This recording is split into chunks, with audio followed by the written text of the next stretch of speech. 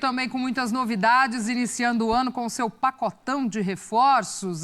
Vamos ver como é que vem o Cruzeiro de Fernando Diniz para essa nova temporada. A Vitória Leite conta pra gente como foi o sábado por lá.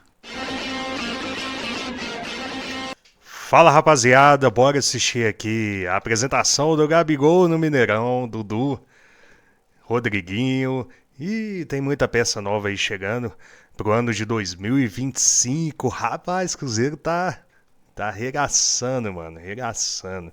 E a mídia brasileira tá louquinha.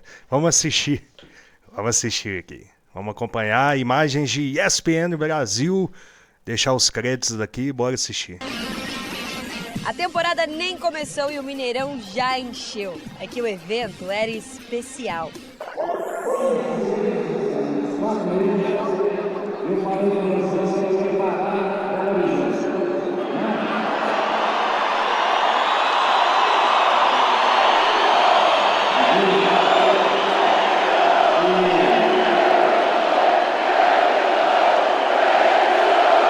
A galera tava em peso no Mineirão, hein, mano? Pedrinho sendo reverenciado. Cartazes, faixas, gestos da torcida e até um mosaico entregavam o motivo. Não, agora acabou. Agora já era. Em Minas não tem mais competitividade. Agora é só Cruzeiro. Acabou. É a seleção do Cruzeiro, seleção azul. Sempre foi, mas agora com esse time vai ser melhor ainda. Mais de 40 mil torcedores estiveram presentes no Mineirão neste sábado para a apresentação do Gabigol. Além dele, mais 5 reforços foram apresentados. O Cruzeiro não para de se movimentar nesta janela. E até o final dela, a expectativa é de apresentar 10 novos atletas no elenco de 2025. Jesus, 10 novos atletas, já não basta todo mundo contratar. Eu vim pro Cruzeiro. Realmente é um clube que eu sempre me enxerguei jogando. É claro que eu sabia que seria muito difícil pelo momento que o clube passou, mas eu vejo o clube se reerguendo. Eu acho que, querendo ou não, ano passado já chegar numa final de Sul-Americana não é algo pequeno. Christian, Eduardo, Wagner, Rodriguinho e Dudu também compareceram à festa. O Cruzeiro já anunciou Bolassi e tem acerto encaminhado com Marquinhos, ex-Fluminense. Os zagueiros Valentim Gomes e Fabrício Bruno devem ser anunciados nos próximos tá montando dias. Um time cabuloso. Eu vim, sinceramente, pelos jogadores. Eu acho que eu me encontro num clube que vai me oferecer um grupo de jogadores vencedores. Sim, são grandes jogadores, mas são jogadores experientes, então creio eu que a vaidade, algo que seja fora do campo, isso não vai acontecer. A negociação, Matheus Pereira e até seleção brasileira foram pautas da primeira fala do Gabigol pelo Cruzeiro. Primeiro dia que ele foi lá em casa para assinar as coisas, eu realmente falei para ele que meu coração não estava pronto. E ele recebeu isso não tão bem, mas depois a gente conversando, eu explicando meu jeito de ser, ele entendeu que eu posso prometer não é títulos, não é gol, e sim dedicação. O resto, as coisas vão acontecer naturalmente com a vida de todos. É um craque, é o nosso camisa 10, eu acho que tudo passa por ele. E então o que a gente espera primeiramente é se conectar individualmente fora do campo, né? Poder conversar, poder trocar entender nossa vibe, para depois transmitir isso dentro de campo. Primeiro sempre colocar o Cruzeiro na frente. Eu acho que com todo o carinho, com toda o esforço que eles fizeram por mim, o Cruzeiro merece estar sempre na frente de tudo. E depois, é claro, a seleção é um objetivo não só meu, mas tem jogadores aqui que são de seleção, né? Então o Dudu já teve, o Cássio já teve, o Matheus Pereira. Uma nova era começa agora. Várias histórias de vitória num só lugar. Gabigol, Dudu, Matheus Pereira e o Cruzeiro de 2025.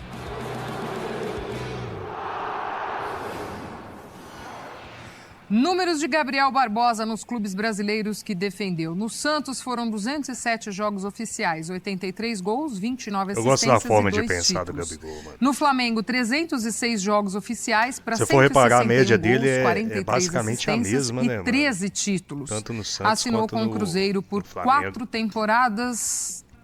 Gabigol média de gols, média e de mais títulos, um média grande de jogos. pacote de reforços aí do Cruzeiro. Vimos, já a gente vai trazer outros trechos da fala do Gabriel, ele com o presidente, o Pedrinho muito animado neste momento, apresentando seus reforços. É uma figurinha no Instagram, Zé, como é bom ver rico viver, não é? Mano, mas o Cruzeiro também é uma fonte de renda, não é? O Pedrinho tá investindo e tudo, mas é lógico que o Cruzeiro dá rentabilidade. Principalmente agora. É nessa vibe que eu vejo, mas tá certo. Tá investindo no seu clube, investindo pesado e chega o Gabigol como o principal nome, sem dúvidas. Não, sem dúvida, né? Eu acho que é o principal nome por aquilo que ele fez na carreira, pelo simbolismo dele no Flamengo e pela mudança, né? Mudança de vida, virada de chave que ele precisa mostrar pra gente não, né? Mas para os torcedores do Cruzeiro que eles podem acreditar, podem confiar. Nós estávamos conversando aqui, eu já falei no F90, né? No Sport Center também, que ele tá mais magro, né? O rostinho tá mais enxuto, os braços estão menores. Então eu acho que é alguma coisa que... Eu também reparei isso, mano. Ele tá com físico melhor. Que é o lado positivo. Eu só tenho algumas dúvidas que vou perder essas dúvidas quando começarem os jogos. Porque a questão de posicionamento do Fernando Diniz, né, como ele vai jogar, qual o comportamento dele, porque nós estamos vendo o Fernando Diniz nos últimos anos com um centroavante que participa ativamente. Se ele não está participando na fase ofensiva, ele participa na fase defensiva, ele ajuda na marcação. O Cano fazia isso muito bem no Fluminense para dar liberdade para o Paulo Henrique Ganso para ter um pouquinho mais de respiro para jogar. Qual vai ser qual o comportamento do Gabigol nesse sentido? Quais são as funções que ele irá fazer ou serem pedidas, né, pelo Fernando Diniz? Porque você tem que ter um equilíbrio no time. Não adianta você ter uma série de craques e você não ter um equilíbrio, porque Gabigol, Dudu, teoricamente, né? Gabigol, Dudu, Bolaci do lado direito ou qualquer outro Que ataque, hein? Que ataque. Jogador, Matheus Pereira no meio, quem vai ajudar para ter esse equilíbrio com dois volantes? Deve ser Mateuzinho e Romero, talvez, né? Você precisa ter um equilíbrio para quando você perde a bola, para você manter a bola, para você roubar essa bola. A minha dúvida é só essa em relação ao posicionamento, e a expectativa maior não é nem... A minha expectativa não é nem em relação aos jogadores, porque são bons jogadores. É em cima do Fernando Diniz, para saber o que ele vai fazer, porque nos últimos 6 meses, 7 meses, tanto no Fluminense como no Cruzeiro, ele teve muitas dificuldades com o seu sistema tático. Os times já sabem como ele joga, de pressão, pressiona a saída de bola, pega a bola, já sai né, no lado oposto para pegar todo o lado livre. Então, assim, a minha expectativa é como o Fernando Diniz vai encontrar um time equilibrado para fazer com que esses caras joguem. Se ele conseguir fazer essa bola Deixa esquentar a cabeça não que vai dar certo. O Diniz vai acertar. Chegar, como sempre chegou, com o Gabigol ali para finalizar, vai ser fantástico. Mas o dia a dia dele também, né? Aquele vai tomar um suquinho de caju, vem cá, vamos tomar fruta, né? Essas coisas todas, eu não sei quanto pesa em relação a todos esses jogadores. Então a minha expectativa é mais em relação ao comportamento do Fernando Diniz, para ver se ele consegue colocar outros sistemas táticos para fazer esses caras jogarem, né? Porque eles são bons jogadores, né? Tem alguns pontos importantes aí no que você levanta, Zé. Agora, Jean, essa coisa do Gabigol, ele até também elogiou muito o Fernando Diniz na sua apresentação, falou da questão do autoral, que o autoral é sempre diferente, enfim, já chega um pouco nessa com o chefe, né? Nessa boa... Aliás, um detalhe, o Zé falou que ele chegou fininho, precisamos ver com o Gabigol o que foi feito, né? Que a gente já estava achando que o Blazer está um pouco mais justo nessa nossa volta, né, Jean? Então, exatamente, meu irmão. O Gabigol voltou bem, a gente está tentando. Mas, enfim, ele já voltou falando muito do Diniz também, mas não sei se na cabeça do Diniz o Gabigol chega como a gente imagina ali, como titular e como... Claro que tem que ser titular, né, mano? Não é possível que o cara vai colocar o cara no banco.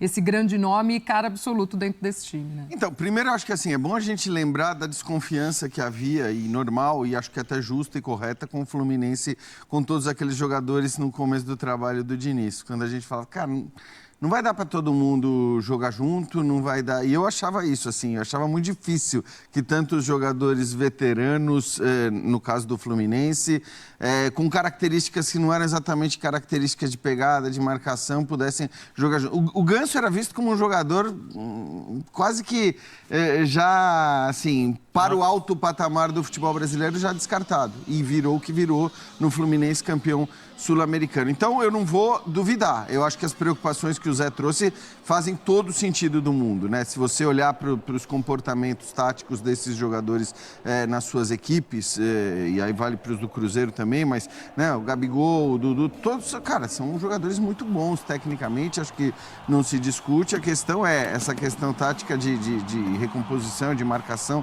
como é que vai funcionar? Eu acho que, assim, vamos esperar, eu não...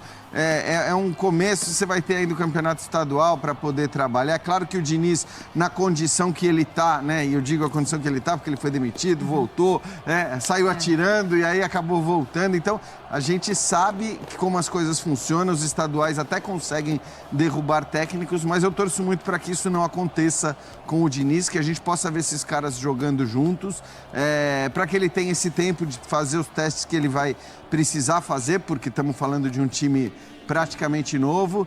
E de resto, assim, o que eu estava pensando enquanto eu via os caras chegando, né? Pô, você vê que na própria matéria de apresentação que a gente faz, assim, tudo em torno do Gabigol. Ah, e tem também o Dudu, o Fagner. Cara, são caras muito grandes. Então, o Cruzeiro vai ser um alvo de atenções nessa temporada. O Diniz é constantemente um alvo de atenções, né?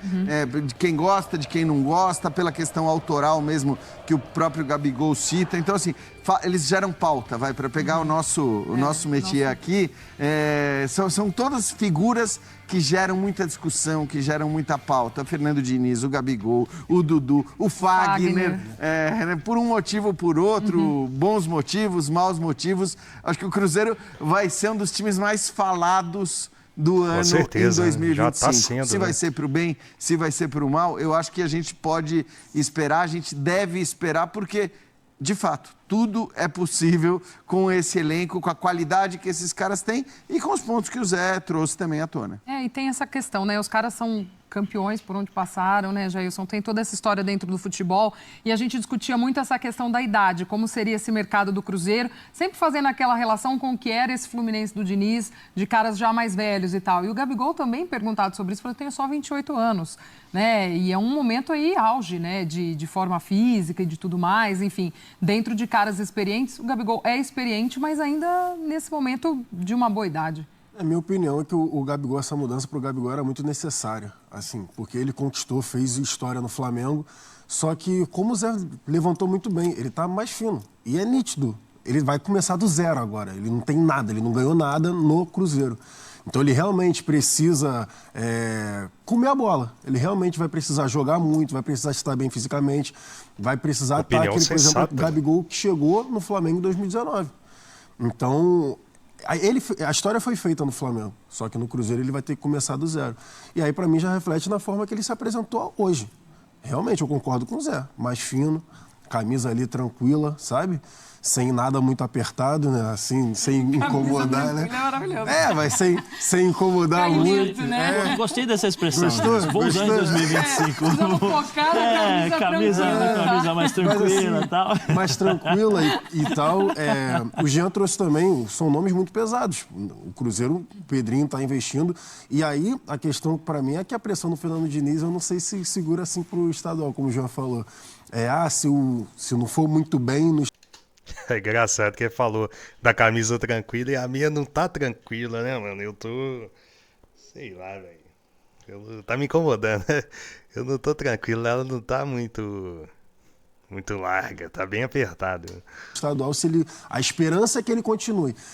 Então, por exemplo, o Fernando Diniz, como ele termina o ano, o Mano Menezes também salva o Fluminense do rebaixamento, mas mesmo assim alguns torcedores não gostam muito da forma do trabalho que o Mano Menezes trabalha o futebol. Enfim, alguns treinadores que terminam o ano de 2024 já com alguma pressão.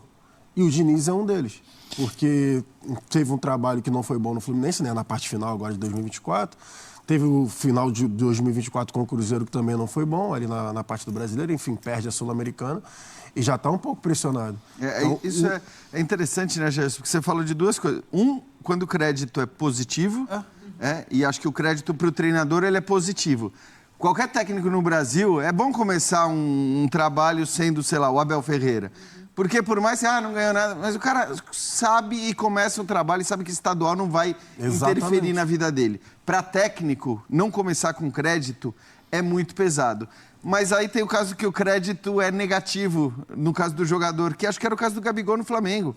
Aquele crédito para ele no Flamengo não estava fazendo bem para o Gabigol. Né? Eu acho que tudo bem, a gente vai ver a cutucada no Tite e tudo mais, mas assim, não dá para culpar só o Tite, até porque não foi apenas com o Tite que o Gabigol não conseguiu jogar. Às vezes o jogador fica tão grande para um determinado clube e se sente tão à vontade, né, que ele de repente faz menos para ter sucesso, que é exatamente o que você disse. Agora, cara, não tem crédito. Eu acho que isso rola muito mesmo, mano. Às vezes o cara se acomoda, né, no clube. Pô, já ganhou um monte de coisa. Pá, aquela coisa já provou que tinha que provar.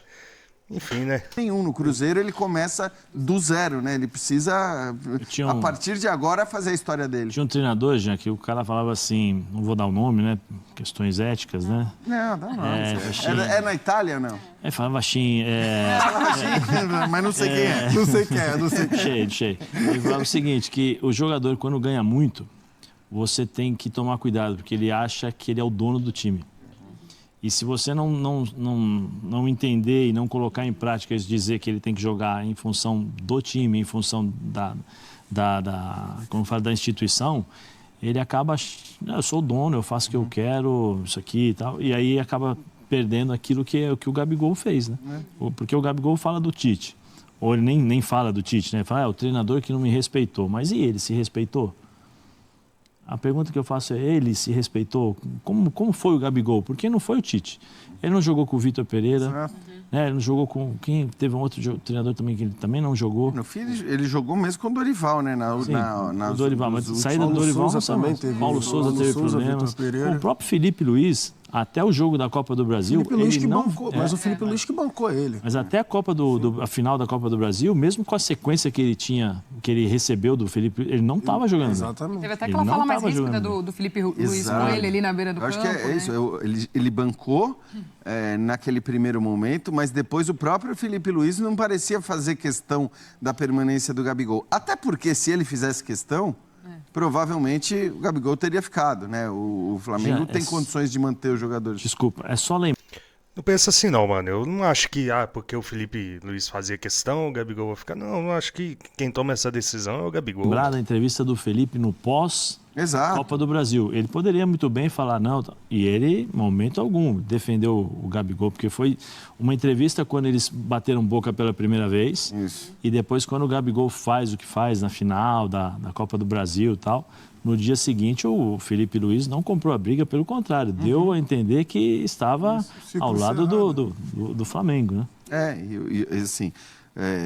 É o que o Gerson falou. Para o Gabigol vai ser bom não ter mais toda essa moral. A verdade é essa. Você vai dizer, ser ídolo é legal, ter moral é legal, mas quando isso... E aí, claro que cada um reage de uma maneira, né? A idolatria, a moral que tem e tudo mais.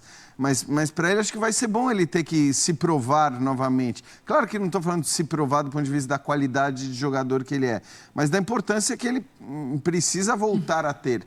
E ele foi também na entrevista que a gente vai ver, ele fala, né, da questão se não jogar nada, se não tiver o melhor ano e ganhar 2 títulos, tá ótimo. Beleza, mas assim, a gente sabe que o Gabigol poderia ter entregue mais nas últimas temporadas e acabou não entregando, talvez muito por conta desse crédito e dessa... Se ele tivesse entregado, pelo menos pela entrevista do Landim, o Landim fala, ele queria ganhar...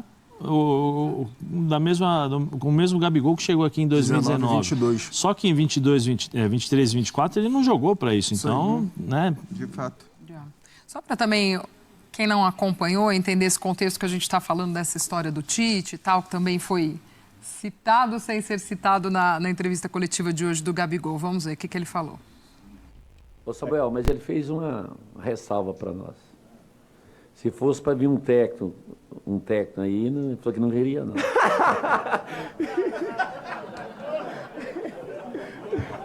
Eu não falei, mas vou falar agora, é verdade. Aí, ó. Agora você sabe. Pedrinho diz ali, né? Se fosse para vir um técnico, ele disse que não viria, enfim. Óbvio que... Pedrinho, língua solta. Em relação ao... então, ele tá soltinho, né? Tá solto, né? Tá soltinho. É lógico que em relação ao Tite, eles estão falando, que também um nome que vai sendo ventilado no mercado, né? A cada treinador que se discute se fica ou não. E aí o Gabigol entra nessa, né, Jailson? De, não viria, porque ficou essa situação de que no Flamengo, é o que a gente está discutindo aqui, como se só fosse o Tite, o cara que não tivesse feito o Gabigol jogar, né? Não, o Gabigol, obviamente, não tem por que ele falar, assim, abertamente, bem do Tite, ele não vai falar. E também não tem como, o Tite está ventilado para ser treinador do Cruzeiro. Ele fala, não, eu estou trocando de clube, justamente porque eu não joguei com o cara um ano inteiro, mas ele não só jogou com o Tite, né, no Flamengo, tem essa questão. Ele também teve ali questão com o Vitor Pereira, com o Paulo Souza, é porque a minha memória vai me enganando, né, mas eu lembro bem. Desculpa, só quantos anos você tem? Não, fala, só 33, mas minha memória é ruim. Quando chegar na nossa idade, então... Minha memória é muito ruim. Mas o que me... Minha memória é muito ruim. Chegar na nossa idade... Mas é porque tem um ponto interessante do Gabriel, assim, 2022 ele termina junto com o Pedro em alta, título da Libertadores, só que ele não é convocado para a Copa do Mundo. Para mim, ali é um ponto que foi a parte que o Gabigol começou o declínio ali técnico, né? Mesmo fazendo gol e tudo mais, mas em 2000... Uma decisão do Tite também. Exato, por uma decisão do Tite também. Ele teve oportunidades também na seleção com o próprio Tite, né? E também nada foi. Demais, essa história exatamente. dele com o Tite já vinha de... E teve a questão lá da comemoração, né? Logo depois do caminhão, que ele disse que já jogava na seleção. Exato. Só que eu lembro que no início de 2023... O Gabriel, ele vira e fala que eu quero disputar a posição com o Pedro ou jogar junto com ele de 9. Não quero jogar aberto, porque com o Dorival Júnior ele jogava aberto pelo lado direito, tanto que várias vezes ele deu assistências para o Pedro. E aí, a partir desse momento que ele vai disputar a posição com o Pedro passa um caminhão na frente. Gol. E nem fazendo gol, mesmo fazendo gol, o Pedro não era a mesma idolatria com a torcida do Flamengo igual a do Gabriel. Não tem a menor condição, não tem a menor comparação. Mas mesmo fazendo gol, mesmo sendo craque lá da Libertadores em 2022, nada disso. Era o Gabriel.